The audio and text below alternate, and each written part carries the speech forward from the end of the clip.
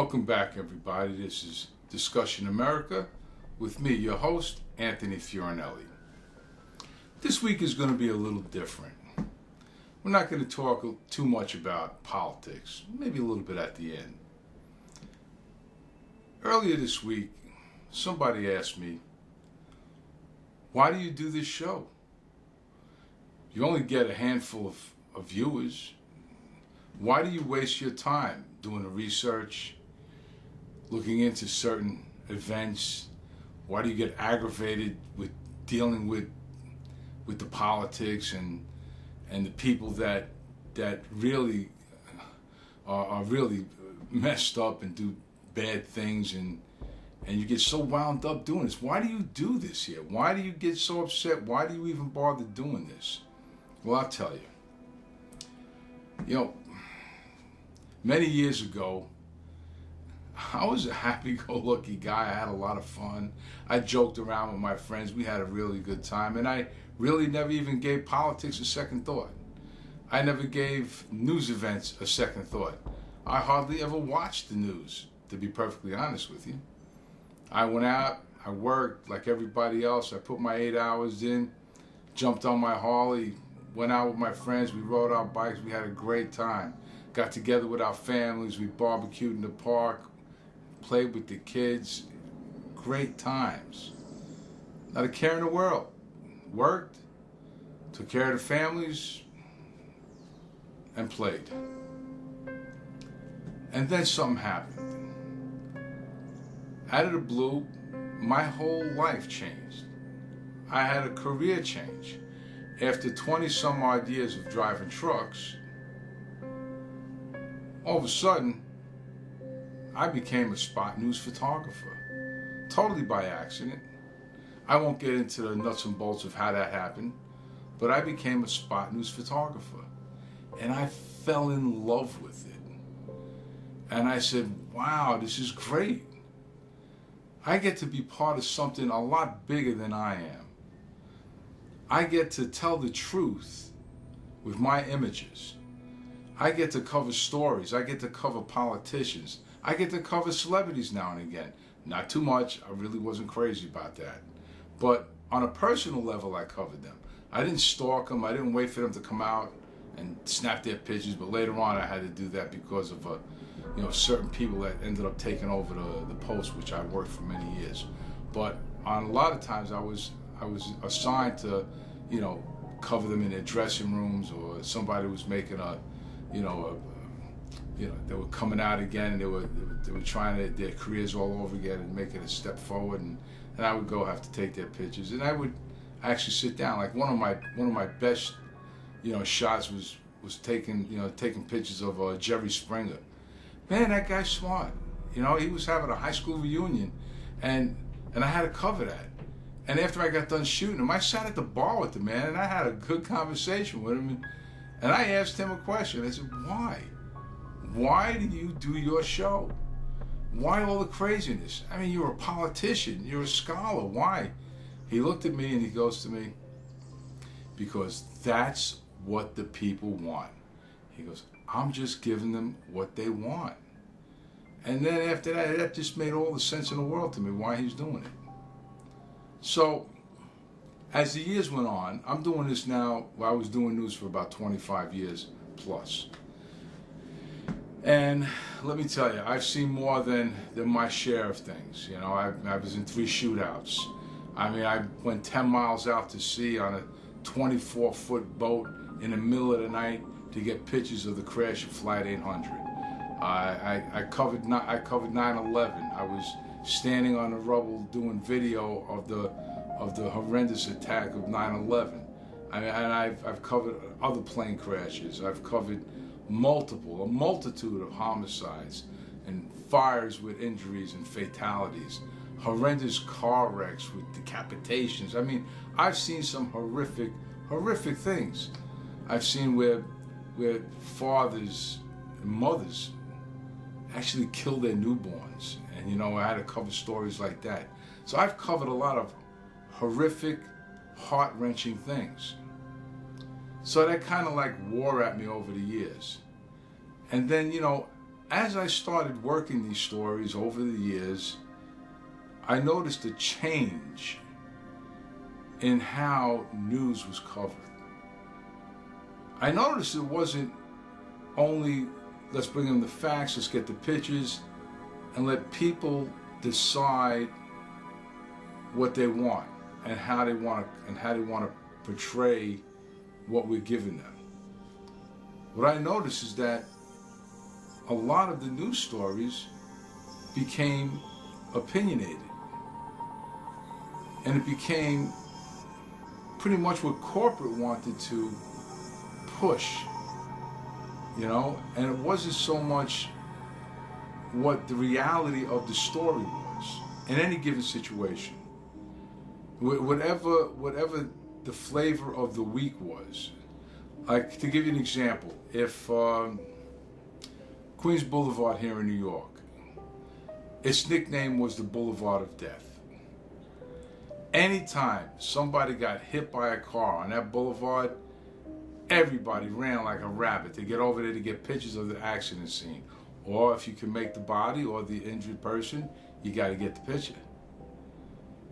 That was a must. You know, it was the Boulevard of Death. You had to make that picture. But now, if you got one in 1 week, then we run off the police scanners. All right. So like, anytime you heard anything that happened on Queens Boulevard, if you didn't run there, your boss was up you. You know, he was on you. Why didn't you get that picture? Why didn't you get there? Oh, because it didn't sound like. What do you mean it didn't sound like much? But it wasn't much. Anything that happened, we had to get there. So because they were pushing the narrative. Boulevard of Death is dangerous. You got to change the laws. You got to do this. You got to do that. They were pushing for stuff. Meanwhile, it really wasn't the cars that were creating the situation. It was the people themselves crossing the boulevard, who was looking at their cell phone as they're crossing this. You have three main lanes in each direction in the middle. Then you had 2 lanes on either side of the service road. So you have 8, 6, 10 lanes of lanes that people are trying to get from one end to the other with one traffic light change while they're looking at their cell phones. Then you had elderly people that can't even walk, never mind trying to beat the light to get to the other side. Then you have people walking against the light. Then you have people crossing in between the lights in the middle of the block. And they're wondering why it's the Boulevard of Death. But see, that wasn't addressed. What was addressed as, oh, the cars are going too fast, you got people parked where they should be parking. It became everything but the actual pedestrian. So that's what I'm talking about. They tried every which way to make it about the cars, the traffic, everything but the actual problem, okay? But that's the way it works here with the news. And so slowly but surely I watched, and I became more and more frustrated on watching how the politics of news worked. How if a particular newspaper or a TV station had an agenda, had a politician that they were pushing, if they liked a particular politician and that politician's policies, they would run news stories that would make him look good and make his opponent look really, really bad. Regardless of what the facts are. The facts absolutely meant nothing. Facts meant absolutely nothing. So over the years, I became extremely frustrated. And then, of course, Facebook came out, and I was complaining on Facebook. I did nothing but complain. I would see something, I would hear something, I would cover a story, and I would go ballistic on Facebook. You had to see what happened today. This, that, and the other thing happened. I can't stand this anymore. This is crazy. This one's doing that one's doing that. I was complaining all the time. My friends were saying, shut up already. You're a pain in the neck. What are you doing? Stop it already. You know, so then I'm watching these politicians, and I'm covering them, and they say one thing out of this side of their face, and they do another thing. They lie at the camera, I'm going to do this for you, I'm going to do that for you to get your vote, then once they get your vote and they win the election, they forget about everything they said and everything they promised. Then they start raising money for the next election. They forget everything they promised they're going to do. It's all about the election. It has nothing to do about the job at hand. And that pissed me off. And I would talk about that. And everybody says, Tony, you're going to have a heart attack. But a lot of stuff that I would say and I would write about online, I would get, oh, that was great, man. What you said was absolutely true. That was correct. That was right. And I would get a lot of likes. I would get a lot of comments about how that's right. These bums are no good. This, that. I would get a lot of comments about this here. A lot of people were seeing what I was seeing, but nobody was voicing their opinion. Nobody was saying anything. But it was still frustrating because even though I was talking about it, I wasn't doing anything about it. And that brings us up, like everybody thought that I started this show because of President Trump and the Republican Party and everything that was going on. A little bit of that, but, excuse me, a little bit of that, but not really. That wasn't really my motivation. My motivation was I got tired of the political correctness. You had to watch everything you said. You had to worry about offending somebody. My God, whatever happened to what we were taught as we were growing up? I remember coming home and, saying to my father, well, this guy said this to me. My father looked at me, please. He would look at me. He goes, come on. He would tell me, sticks and stones will break your bones, but words will never hurt you. Whatever happened to those lessons? We don't teach those lessons anymore. We don't teach that to the kids anymore. All of a sudden now, if somebody says something to our kid, we go running to the school. How dare you let that happen to my child? Teach your kid about sticks and stones will break your bones, but names will never hurt you. Nobody teaches their kids anymore about learn to protect yourself. This kid pushes you, push him back. Don't let anybody bully you. Stand up for yourself. But you know what? Nothing's taught to our kids like that anymore because they're too busy with these video games, with their cell phones, with their social media accounts. And the parents are okay with that because they're so busy with their lives trying to support the family. Because now, this is why you have school shootings. Because kids don't know how to deal with confrontation anymore. So it builds up inside them, until they explode. It's a mental illness issue now. Nobody's taught how to deal with confrontation. These kids aren't taught this because nobody's telling them. It's okay to get pushed around a bit, but you got to push back. They're not taught that anymore. They're taught turn the other cheek. He's being a bully. Oh, don't play into that. No, play into it. Smack the kid back, and then you'll gain the respect. I taught my kids that. You might look at me and say, "Oh, that's barbaric." No, it's not barbaric. You'd be surprised if a bully comes up to you and pushes you around. You push him back and give him a smack upside his head. You'd be surprised the next day he wants to be your friend. Because now he's no longer looking. He's now afraid of you because you're looking to push back on him. It's the way the world works. Okay, our kids are not taught that. I digress. Okay, let me get back to it. So what happened is that here I am. I'm frustrated because of what I know. I'm frustrated of what I've seen, the horrific hurt, sorrow, death that I've seen. I've seen people take their last breath. I've seen people take their last breath. Young people, people that should be enjoying life. I've seen them die. I've seen a lot of stuff that normal people don't normally see, but I've seen it. Okay, and then I see the politicians don't do anything about it, but make it a political issue instead of dealing with the reality of what it is and take care of it. So now, fast forward a little bit to, we start getting into the 2016 campaign. I'm so frustrated about what's going on with the political correctness, about politicians lying out of both sides of their face, that I want to run for president. So on Facebook, I write this big thing that I want to run for president. I need volunteers. I need, out of my friends, who is an accountant that wants to step up and volunteer his services? Who is a good organizer? Who is good at raising money? Who is this? And because my friends know me as the guy that likes to joke around, likes to have fun, not one of my friends took me seriously. They all says, "Oh, are we on a new business trip now, Tony? What are we doing here now? Are we going to be the president? Oh, that sounds like fun. Yeah, I'm on board." Everybody pretty much laughed and said, "You're going to be president." But it was my frustration that put me there. Now here comes Donald Trump, where I've always said in the past, I know you're going to laugh at me, but I always said I thought he would be a good president because I saw interviews that he's done years ago that everything he said made sense to me. Everything. With regard to trade, with regard to financial issues, everything he said made sense to me. And those statements that he made years ago resonated to how I was feeling.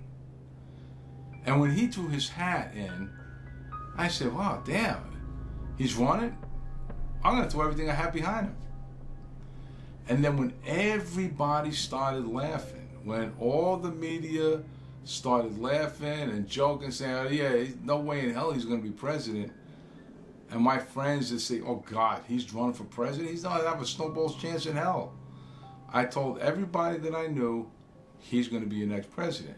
And once again, they all started laughing. "Oh yeah, he's going to be president like you're going to be president." And I said, "Yeah, you watch. He's going to be president." And I got behind him, and whatever I can do on the internet, I did, and I helped campaign for him and so forth and so on. And you know something? Not necessarily my close friends, but acquaintances that I had, people that knew who I was and knew the man that I was, the deeds that I've done, the people that I've helped. When he was elected, those people stopped talking to me because I was a Trump supporter. Mind you, I haven't changed. I'm the same man I was before Trump threw his hat in the ring. I was the same man before he was elected. I haven't changed. My values haven't changed. The way I raise my kids haven't changed. The way I take care of business haven't changed. But yet, because I supported this man in his quest for the presidency, and pretty much I helped him get elected because of my advertisements, my memes, everything I've done, they stopped talking to me once he became president. And they said, "Well, if you were for him, you must be just like him. You're a womanizer, you're this, that." They don't, and all of a sudden they just looked past who I really was and painted me in a different color.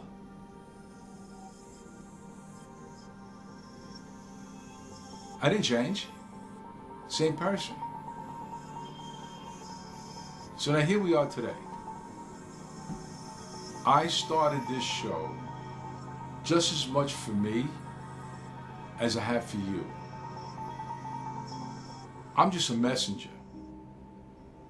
Something happens in our country, something happens in New York that I live in New York, so I'm aware of. I'm going to share it with you.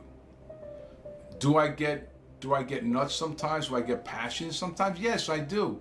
Something strikes a chord in me. Yes, I'll get passionate about it. I'll go off the hook about it. Yes, I will, because it frustrates me. It just drives me crazy on what these politicians are doing. And all I want you to do is think. I don't care if you're a Democrat, a Republican, if you're an independent. That has absolutely no bearing on what I share with you. Do I go after the Democrats sometimes? Yes. I want you to think about what's going on with them. Stop with the politics of it. I want you to think as a logical human being. Forget politics. Forget the partisan stuff. Think about what's going on. Think about laws that have been signed. And you tell me that if this is the America that you want to live in, then there's something wrong here. Yes, I do believe that there is a place for abortion in this country.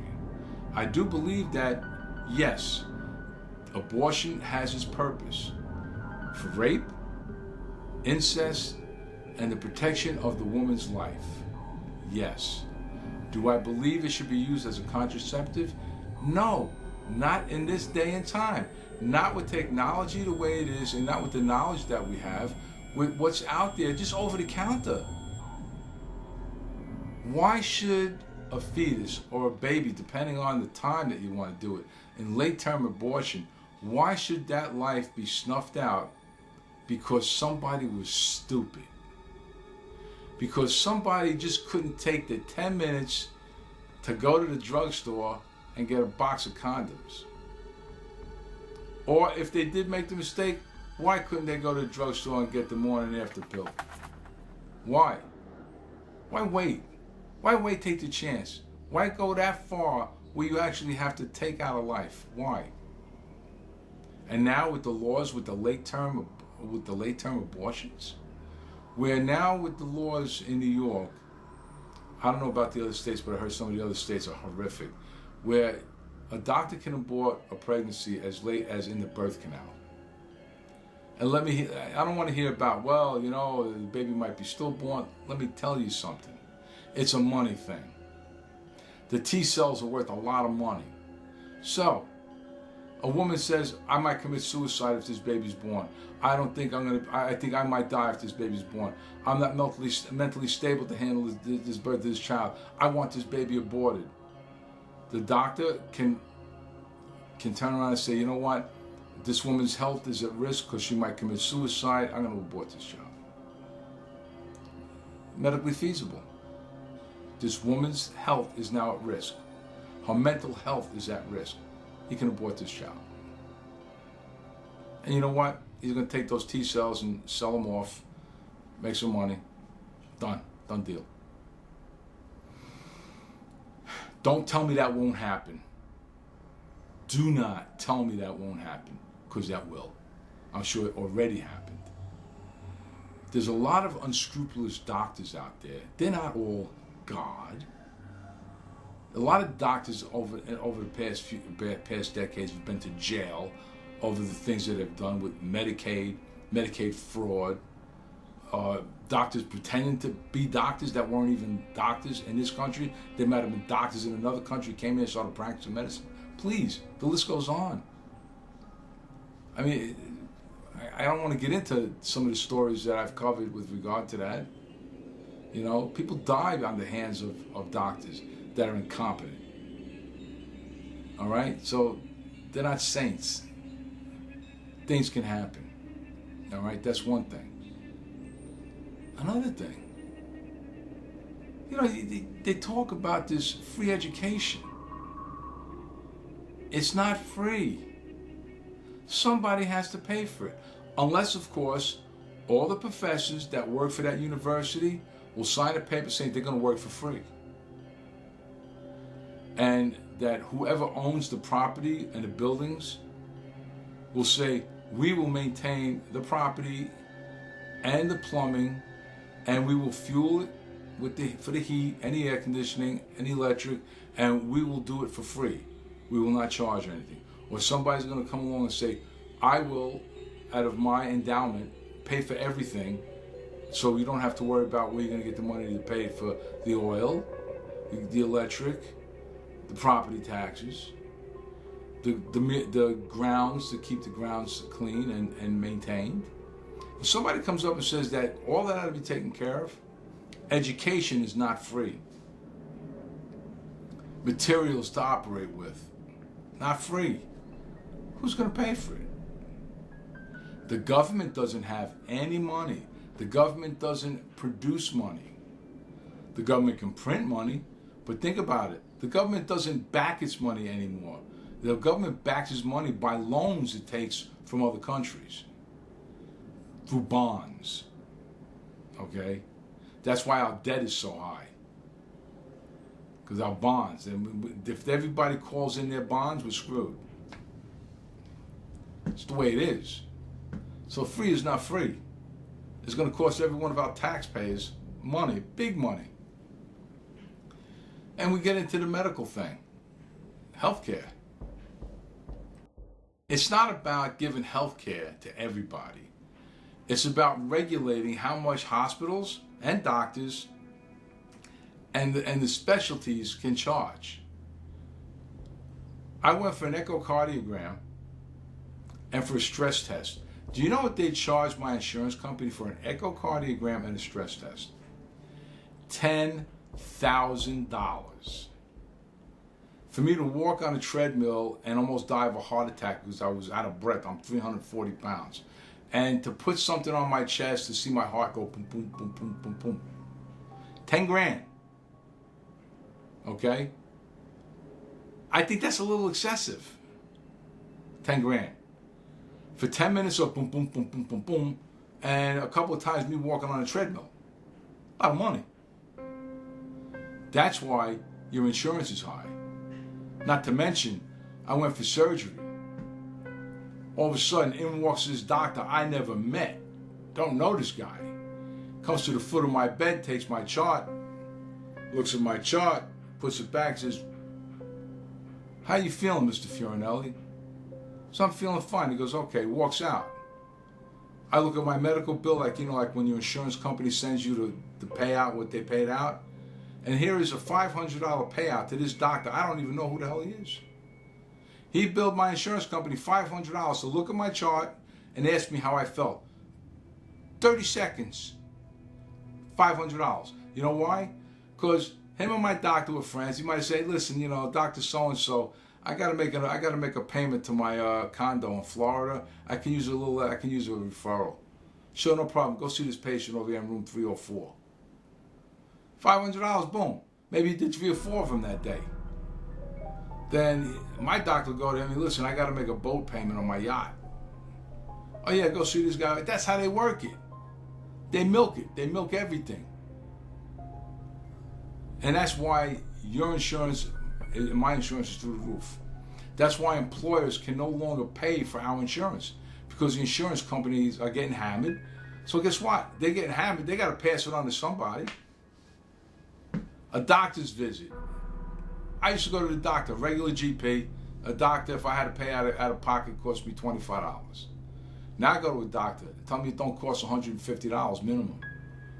Just to go in there so you look down your throat, grab you by the nuts, and take your temperature and check your blood pressure. $150. Nice. Some doctors even hit you for $200 just to walk in the office.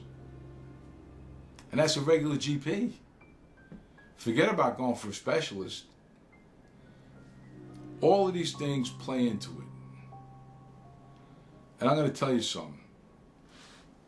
There is, and I said this before, there is a higher power. There is a group of very, very rich people, very, very powerful people that are behind all of these issues between the Republicans and the Democrats. On our level, I'm not talking about the rich and powerful higher-ups on the Democratic and Republican Party. They know what's going on.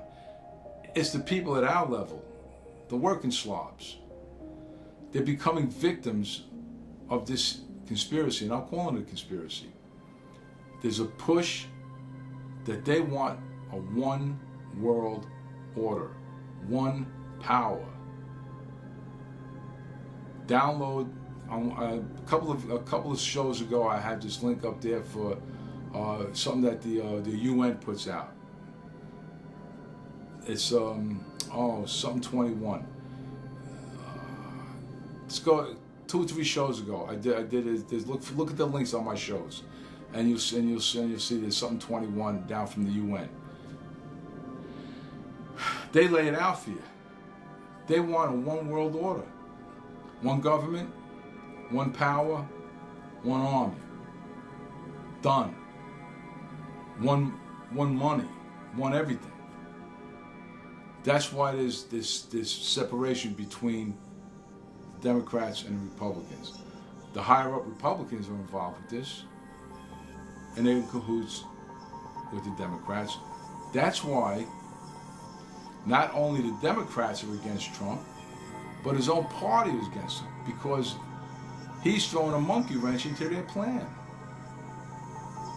So, that said, I'm telling you, the reason why I'm doing this here is because I just want to be the messenger. I'm just the one bringing you information that comes across me. And I'm trying to share it with you. I can't make you watch my show. If you watch my show and you like it, I'm asking you to share it. I'm asking you to become a subscriber. If you like what I have to say week to week, even if you don't like it every week, you like it every other week, share it.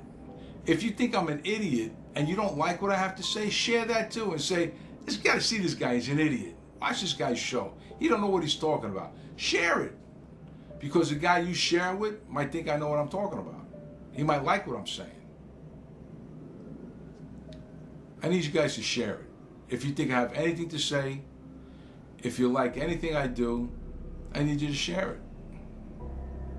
But that's why I do it. I do it more for me than I do for you. Because now I don't write on Facebook every other day about what's going on. Now I just save it all, I pick a subject, and I talk about it. The reason why I say I'm doing it this way this week is because somebody asked me that question. Why do you do it? And I wanted to share why I do it with you. There's enough to go around with the political crap hitting us today. I got time. There's plenty. There's going to be the next year and a half that we're going to be dealing with this 2020 election. We got enough of a field on the Democratic Party that I can have a lot of fun with, because those guys are going to start ripping into Trump. You're going to start hearing a lot of falsehoods coming out.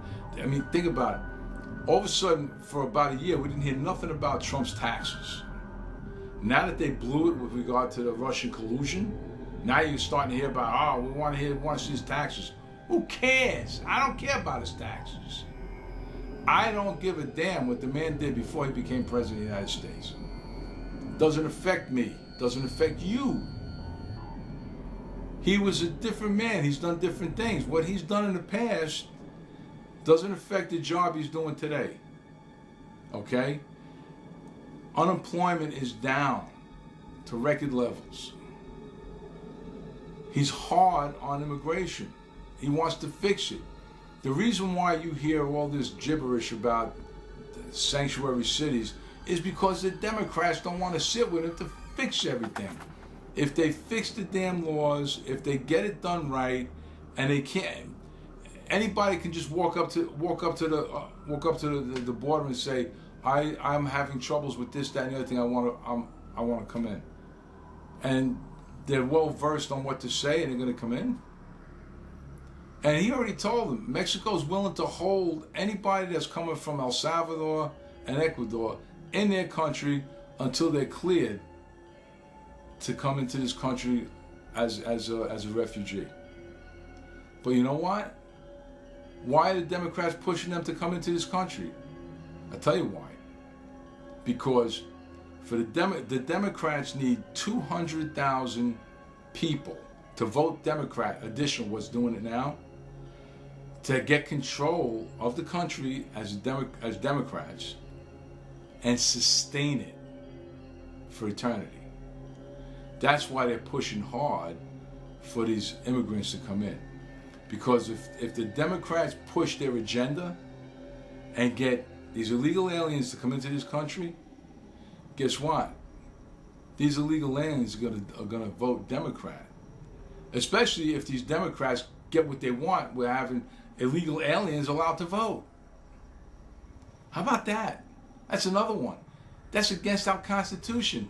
Have a non-citizen vote, but yet you hear the buzz about that. Listen close to this. I'm hearing this stuff. You people ought to hear this too. Nobody, you're not paying attention. You're not paying attention what's going on. You don't have to be a journalist like me to hear these things. Pay attention. Listen to these talk shows when these politicians go on. Hear what they're saying. Man, they want undocumented illegal immigrants allowed to vote in our elections. If they get that right, and if they're allowed to vote, if they have a state ID, and guess what that state ID could be? A driver's license. When I got my driver's license, when you got yours, you needed 3 pieces of identification to show that you're a citizen. I had my birth certificate. I have other state IDs to get my driver's license when I was a kid. Now they can come in as an illegal alien and get a driver's license? Guess who can vote? They got a driver's license. Guess who's going to vote Democrat?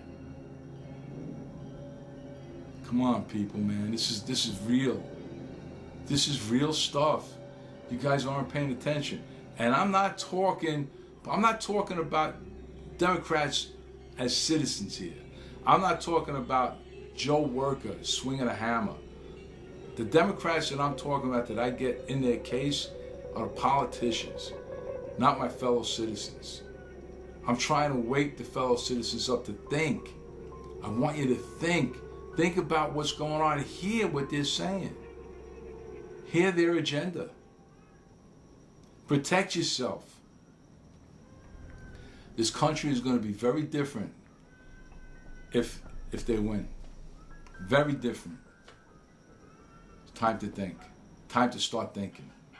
Well, in any case, I think I said enough. I think I told you why I did this show, and pretty soon I'll be doing my podcast, and I'll let you guys know when that's out. It's going to be a mirror of this show. It'll be longer so I can get into things a lot deeper, and you can listen to while you work out. When you're stuck in traffic, you get to hear my voice. Ain't that lovely? In any case, it's Anthony Fiorinelli saying, have a great day, have a great week. God bless you all. Democrats too. All right? Have a great week. God bless you all. I'm out. Take care.